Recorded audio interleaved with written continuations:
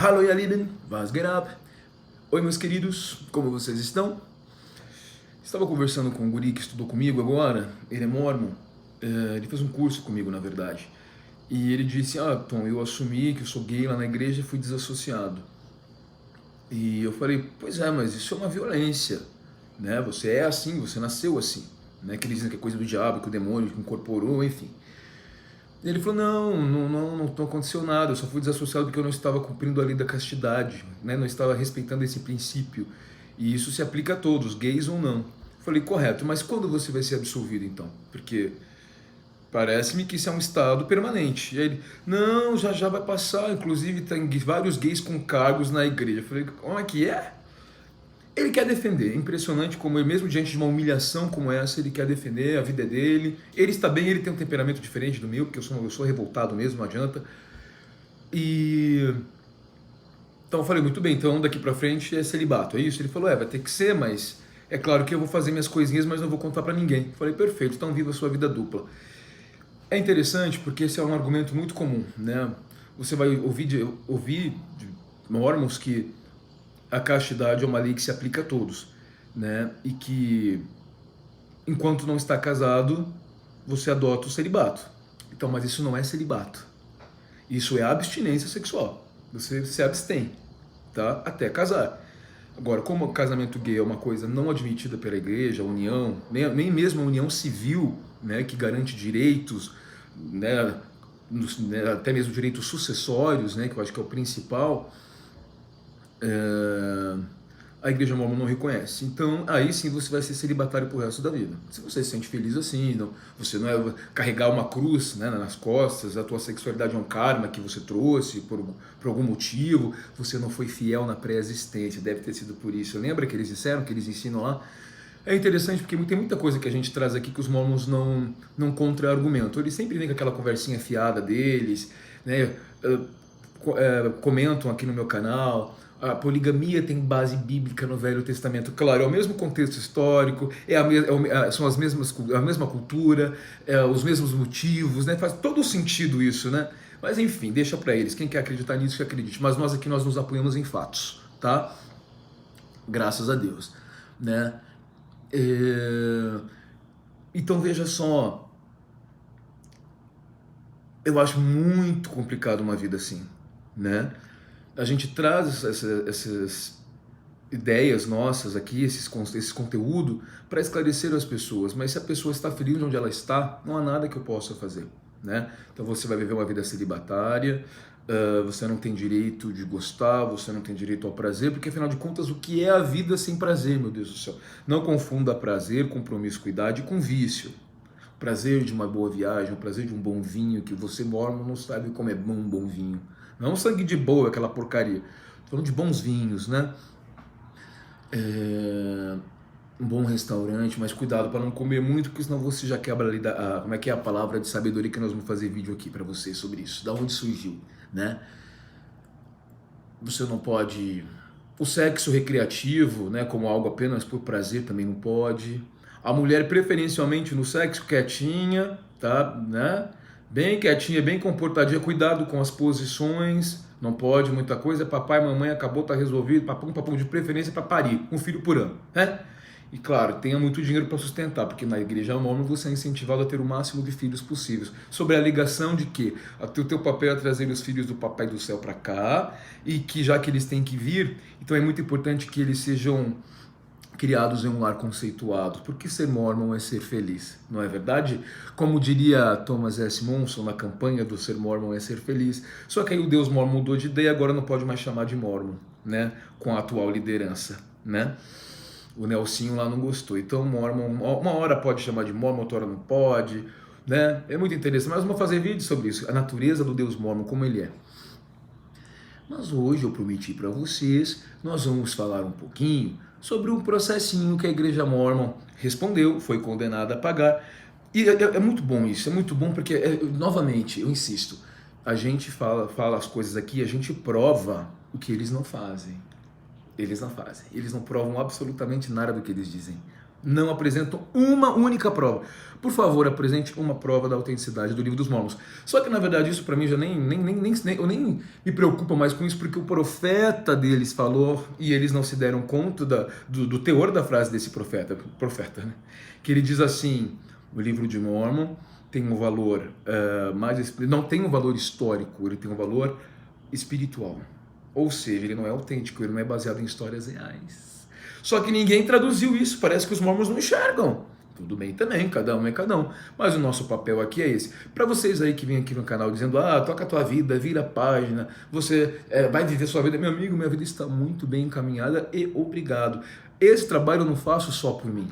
Eu faço pelas pessoas que estão aí fora e quantos contatos a gente recebe, quantas e quantas pessoas eu já auxiliei a sair, a se desligarem, se desvincularem do mormonismo. Né? Esse trabalho é para vocês também, é para as pessoas que estão aí, né? É muito bom quando a gente recebe mensagem que o cara diz assim, cara, que bom que eu conheci teu canal, agora eu já estou sabendo o que está acontecendo, vou me resignar, agora eu estou feliz, agora eu estou em paz. Isso é muito bom. Quem está feliz no mormonismo, que é perfeitamente compreensível, que fique lá e toca a tua vida, bola para frente. Né? Agora, cabe uma reflexão aí, será que você realmente é feliz ou te disseram que você é feliz? Né? Eu fiz um comentário no canal do Paulo Velt, que ele fala que ele, como é que é? Mormon uma ova, né? Mormonismo uma ova. Ele faz podcasts, e aí dessa minha maneira de ser, né? Aí um cara chegou e falou assim, eu não tenho, como é que é? Eu não tenho mágoa, eu só lamento que não seja verdade o que a igreja ensina. Cara, graças a Deus que não é verdade. Imagina você viver aprisionado naquilo ali para ser salvo, você tem que se agarrar naquilo ali.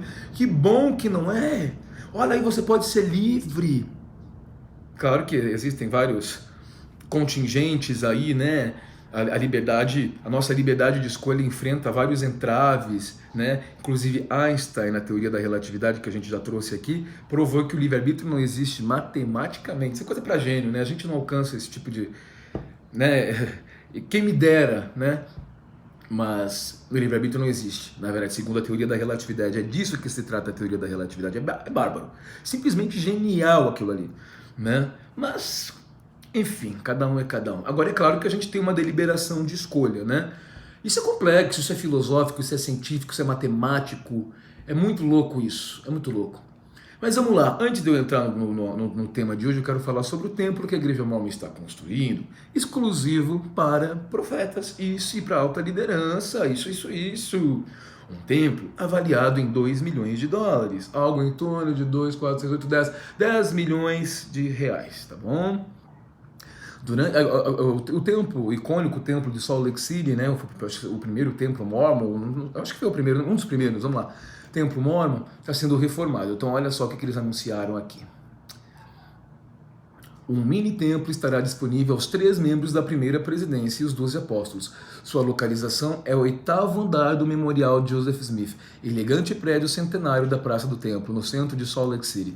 O custo estimado pela imprensa para a reforma do andar é de 2 milhões de dólares, cerca de 10 milhões e 400 mil reais. E é um lugar muito luxuoso, tá? E aí do lado ali você tem o City Creek, né, que é o shopping mormon, que custou milhões e milhões de dólares, né?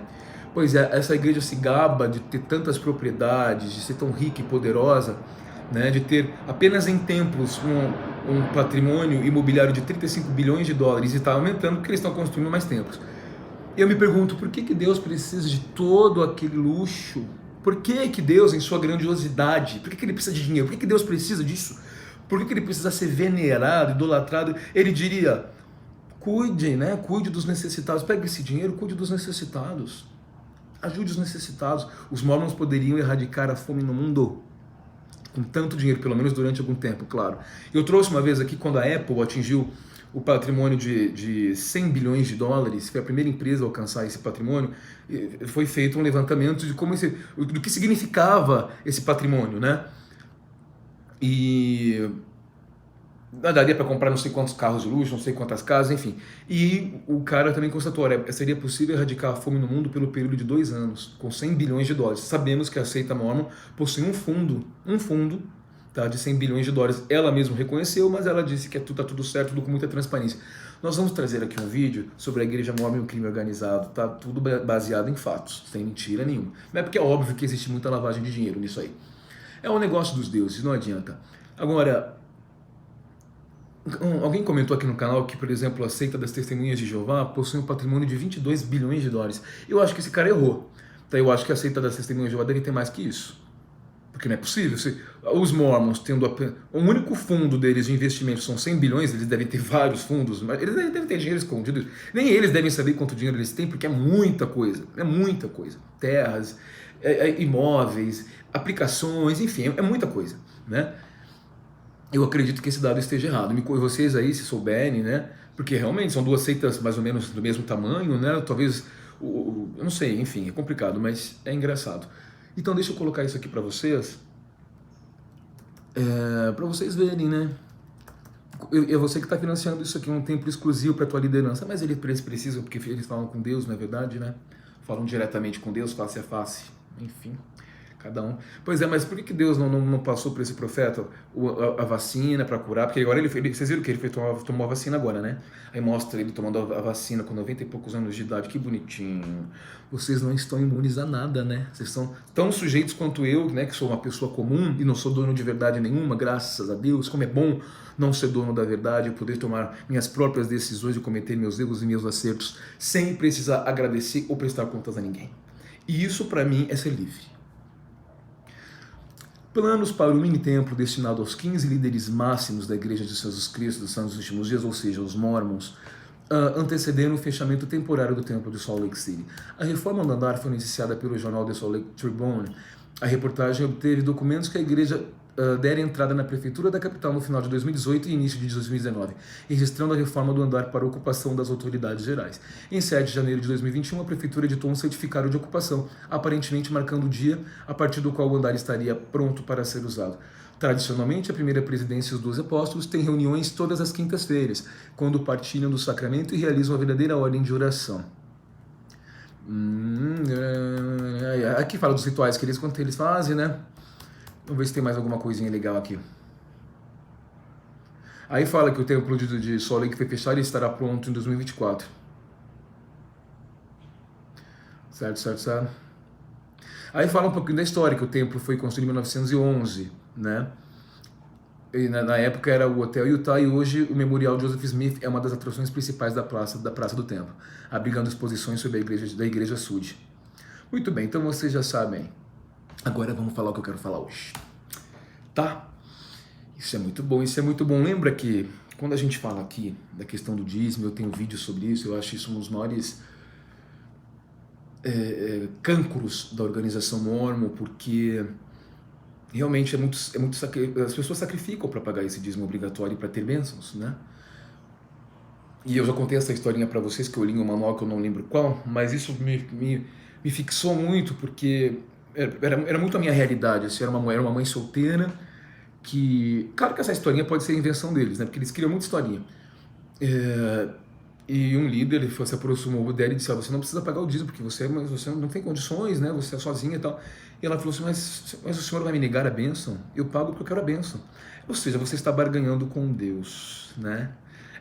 Você precisa penar, você precisa se sacrificar para ter direito a comer, para ter direito ao mínimo de conforto, né? Eu não acredito nisso. Eu acho que a gente pode ter uma vida calma, tranquila, né? Com as atribulações normais e tal, mas sem precisar se autoflagelar, se humilhar, né? Para ter o mínimo existencial, né? Então, os Mormons, é claro, dizem: não somos obrigados a pagar o dízimo. O dízimo, gente, é condição sine qua non para que você tenha certos privilégios, como chamados, como cargos, para que você possa adentrar no templo mormon, que não basta só ser batizado, você precisa efetivamente cumprir com todo o currículo. Aí você recebe uma recomendação que é dada pelo bispo da ala, que é como se fosse um pastor, ele é responsável pelo aquele grupo, né? Ela tem uma validade, se eu não me engano, de 1 ano, não lembro quanto tempo. E depois você precisa renovar mediante entrevista. Aí pergunta, aí lá eles já fazem um acerto do dízimo, você está pagando, não está? Como é que você não está pagando, não entra? E para o Mormon isso é muito importante, porque se ele não entra no templo, ele não faz o selamento para a vida eterna. Isso para os Mormons é essencial. Você vai lá, faz um ritual louco deles lá, e vocês são selados. Porque eles acreditam que se vocês não fizerem esse ritual, quando morrer as almas vão se perder, vão se dispersar, você não vai encontrar seus parentes na próxima vida. Tá pensando que é só isso? Tem muito mais. Naquele lugar acontecem as coisas mais insanas possíveis. tá? E eles alegam que o espírito é muito forte. É insuportável aquilo ali, insuportável. Nossa, entrei para fazer batismo por morto, né? Entrei para fazer batismo por morto. Aí eles colocam uma roupinha branquinha, tem a pia batismal com 12 cabeças de bois, muito chique, muito, né, muito caro, mármore, Carrara, não sei o quê. E as cabeças desses touros, desses bois, representam as 12 tribos de Israel. Então eles te imergem nessa água, te chamam pelo nome do morto, e você então, essa pessoa agora está batizada e portanto ela receberá todas as bênçãos na próxima vida. Tá bom? Pois é. É só isso, tá? Então o que acontece? Falando do dízimo, né? Os mormons dizem que não é obrigatório, que é opcional, que a igreja não obriga nada, a igreja apenas aconselha. Isso também é um dos maiores engodos deles, né? A gente não aconselha, mas paga pra ver, né? Quem avisa, amigo é, como eles dizem. E além disso, eles vêm e te castigam. Não fez o que a gente mandou? Vem cá, senta aqui. Te levam pra salinha e te esfolam. Você vai ser agora o senhor vai ser desassociado, agora por favor o senhor não vai ter mais a sua recomendação para o templo, e isso vaza, isso é exposto, todo mundo sabe da vida de todo mundo lá dentro, todo mundo sabe, né? Então, enfim. E nós vamos trazer aqui um julgado da Quarta Vara do Trabalho de Curitiba, tá? A Igreja Mormon condenada a indenizar um de seus funcionários que foi demitido sem justa causa, tá bom? Porque ele não pagava o dízimo. O link está aqui embaixo, tá bom? Tá no Conjur, né? Portal onde a gente consegue encontrar vários julgados, tá tudo lá, a gente busca jurisprudência e tudo mais. Tá lá, o link está aqui embaixo. Não estamos mentindo, não estamos difamando, não estamos caluniando, como vocês mormons vêm aqui dizer, né? Que dizem que a gente está perseguindo, é fato, é um fato comprovado. Vamos ler. Um coordenador de ensino que trabalhava para a Igreja de Jesus Cristo dos Santos dos Últimos Dias deverá receber 30 mil reais de indenização por ter sido demitido depois de deixar de pagar o dízimo à instituição religiosa. A quinta turma do Tribunal Regional do Trabalho, da 9ª região. Estão nos perseguindo.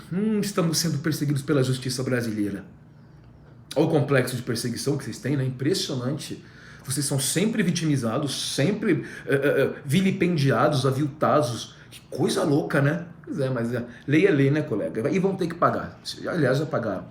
O funcionário trabalhava havia 12 anos na igreja quando foi despedido, sem justa causa, em março de 2012. Pouco tempo antes da demissão, um documento emitido pelo bispo e líder eclesiástico da instituição informou ao empregador que o coordenador de ensino não estava em dia com a contribuição mensal, que corresponde a 10% do salário. Tem acerto anual do dízimo, você é chamado lá para fazer o acerto. Tá bom? Não é obrigatório, então por que estão te chamando para fazer acerto? Não é obrigatório, então por que eles demitem uma pessoa que não está em dia? Mas não é bem assim, a igreja não faz de propósito, a igreja é muito boa, muito maravilhosa.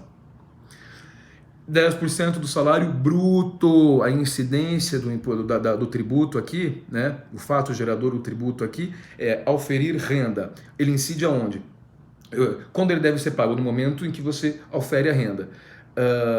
Incidência sobre o bruto da renda. Tá?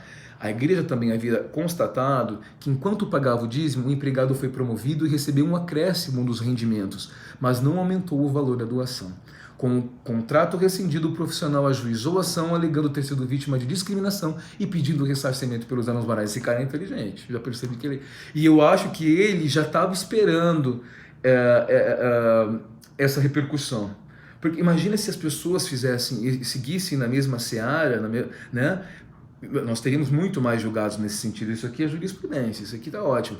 Em depoimento, o representante do empregador argumentou que sendo também membro da igreja, o funcionário deveria observar as normas da instituição religiosa e que o pagamento do dízimo é obrigatório de todos os fiéis. O causídico falou aqui, o advogado. Tá? Ele está dizendo, o advogado que representa a seita, está dizendo que o dízimo é obrigatório. Então você, mormon, vem aqui dizer que não é? Estranho, ué. Tua igreja está dizendo que é? Né? A minha mãe mesmo, coitada da minha mãe, como eu me lembro daquilo, eu fico feliz por ela ter a vida que ela tem hoje, né? Por ela ter melhorado tanto, mas olha, eu nunca vou esquecer daquilo, como a gente sofreu para pagar isso aí. Nossa senhora, gente do céu, eu lembro quando ela pegava as notinhas e colocava naquele envelope, eu pensava assim, vai faltar, e faltava. A gente sempre chegava no fim do mês assim, num perrengue tremendo. E não raramente nós precisávamos de doações, né? Então, ou ela ia passar uma roupa, na época ela não tinha nem curso superior, ou ela se virar como ela conseguia, e ela ainda dizia que estava sendo abençoada, estava sendo sangrada, esfolada, né? Extorquida mesmo, para receber uma bênção nos céus. E cadê? Que eles dizem que o pão vai cair do céu, que bênçãos maravilhosas serão derramadas, porque assim, é tudo no superlativo, né? É tudo hiperbólico, né? Pois é, nunca vieram, meu Deus do céu. Eu também pagava, sabia? Eu também pagava, eu ganhava tão pouco, né? Eu lembro que a primeira vez que eu ganhava, eu sempre trabalhava, lavava carro, lavava isso, lavava aquilo, capinava, fazia o que dava pra fazer, né? Mas a primeira vez que eu comecei a ganhar salário, eu tinha 13 anos, eu era atleta, né? Já tinha mais de 1,80 de altura, e eu jogava handball. Então eu ganhava um saláriozinho, eles pagavam um colégio muito bom por sinal, a gente competia pelo colégio, e eu ganhava uma ajuda de custo, né? E eu pagava o dízimo. Depois eu fui dar aula de informática, na Consolação. Né? Eu dei aula em 2 colégios, na verdade. Dei aula nada pedagógico, naquela época as pessoas faziam esses cursos e tal. Né? Aí dá aula de informática, tal, o Office e outros aplicativos e digitação. Né? E eu sempre pagando dízimo. E ganhava tão mal, tadinho de mim. Nossa, como eu ganhava mal. Mas enfim, vamos lá. E faltava, viu, gente? E faltava. Onde... Tá. Tá. De acordo com o preposto, o advogado, não fazer as doações mensais corretamente é considerada falta gravíssima a ponto de justificar a demissão. Não é obrigatório, né? O juiz José Vali Gonzaga Neto, da 4ª Vara do Trabalho de Curitiba, que aliás é uma cidade fantástica, adoro Curitiba, concluiu que, aliás, eu acho que ainda vou morar lá um dia desse. Só que antes de morar lá, eu vou ter uma fase fora do Brasil, depois a gente vai falar sobre isso uma hora dessa. Apesar de ter dispensado o trabalhador sem justa causa, a instituição agiu motivada pela ausência das contribuições, conduta que demonstrou a invasão da esfera religiosa no campo da Constituição Federal e das leis trabalhistas, ou seja, uma coisa é uma coisa, outra coisa é outra coisa. Não misture. Religião é religião, trabalho é trabalho. É isso que o juiz está dizendo. Para o magistrado, a postura do coordenador como profissional não poderia ser julgada por disposição moral da igreja. Tá? Ao confirmar a sentença, os desembargadores da 5ª turma ressaltaram que a atitude foi ilegal e inconstitucional. Ou seja, eles recorreram, tá? Né? Subiu para o tribunal e acabou. Né?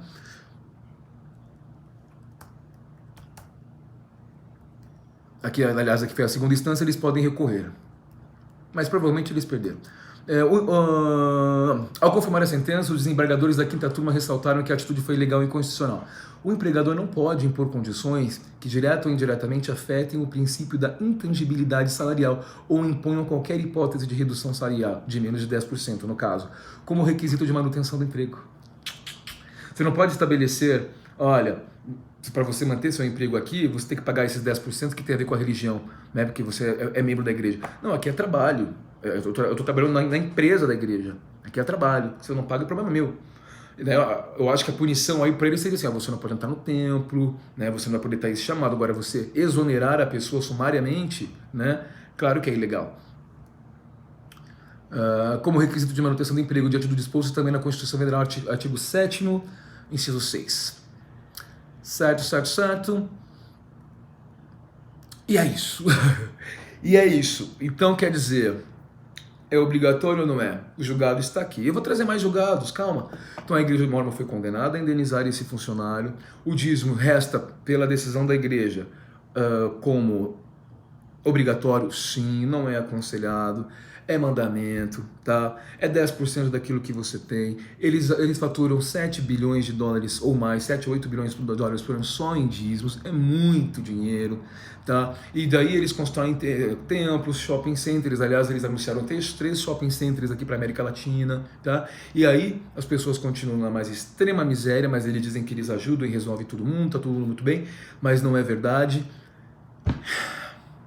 E eu só lamento para aqueles que pagam por isso. Eu pagaria um clube. Vai para um clube, vai fazer meditação, vai fazer natação, vai lutar, sei lá, né? E tá aí, nós estamos provando, mais uma vez, que não estamos mentindo. Voltamos semana que vem. Boa semana, bis down. Tchau.